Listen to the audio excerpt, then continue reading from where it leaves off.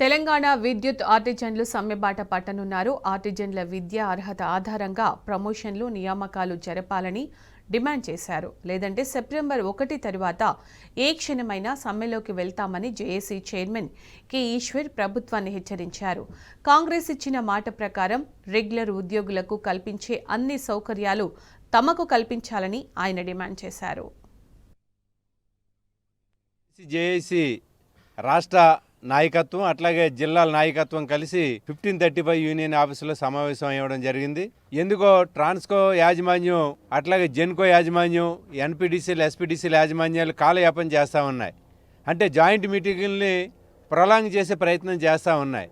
అందుకనే consolation officer గారికి చెప్పాము, వెంటనే సెప్టెంబర్ 1 జరగబోయే జాయింట్ మీటింగ్లో కన్సలేషన్ క్లోజ్ చేయండి, చట్ట ప్రకారంగా మేము సమ్మెలోకి వెళ్తామనే విషయాన్ని చెప్పాము. ఒక స్థాయి వరకు ఎలక్ట్రిసిటీ డిపార్ట్మెంట్ లో ఉన్నటువంటి సుమారుగా 23,000 మందిని ఒక స్థాయి వరకు తీసుకొచ్చింది. అంటే అప్పటి వరకు తక్కువగా జీతాలు ఉన్నటువంటి వాళ్ళని మించి డబుల్ సాలరీస్ చేసి ఒక స్థాయికి తీసుకొచ్చింది. మిమ్మల్ని అందరినీ కూడా ఫుల్ ఫ్లెడ్జ్డ్ గా రెగ్యులరైజ్ చేస్తామని చెప్పి బట్టి విక్రమార్క గారు పాదయాత్ర సందర్భంగా చెప్పారు. వారి అధికారంలోకి వచ్చి సుమారుగా 19 నెలలు 20 నెలలు కావస్తా ఉన్నది. అపాయింట్మెంట్ ఇస్తానన్నారు, ఇవ్వలేదు. కన్వర్షన్ సంగతి ఏందని అడిగితే సరిగ్గా రెస్పాండ్ కావట్లేదు రాష్ట్ర ప్రభుత్వం కూడాను. రాష్ట్ర ప్రభుత్వం ఎందుకు కాలయాపన చేస్తుంది అనేది ఈ రోజు జరిగినటువంటి మా టీవీఏసీ జేఏసీ చర్చించింది. యాజమాన్యము ప్రభుత్వం చేసే కుట్రలకు బలి కావద్దు. అమాయకులుగా బలి అయితే చరిత్రహీనులుగా మిగిలిపోతారు.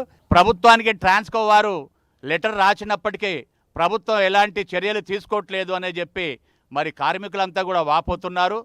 మరి రేపు సెప్టెంబరు 1వ తారీఖున ఉన్నటువంటి చర్చల్లో భాగంగా ఆ చర్చల్లో సఫలీకృతం అయ్యి మరి గనక లేకపోతే మాత్రం ఖచ్చితంగా 20,000 మంది ఆర్టిజన్ కార్మికులు సమ్మెకి వెళ్లకుండా మరి ప్రభుత్వం చర్యలు తీసుకొని వారికి రావాల్సినటువంటి హక్కును ఇవ్వాలని చెప్పి ఈ సభాముఖంగా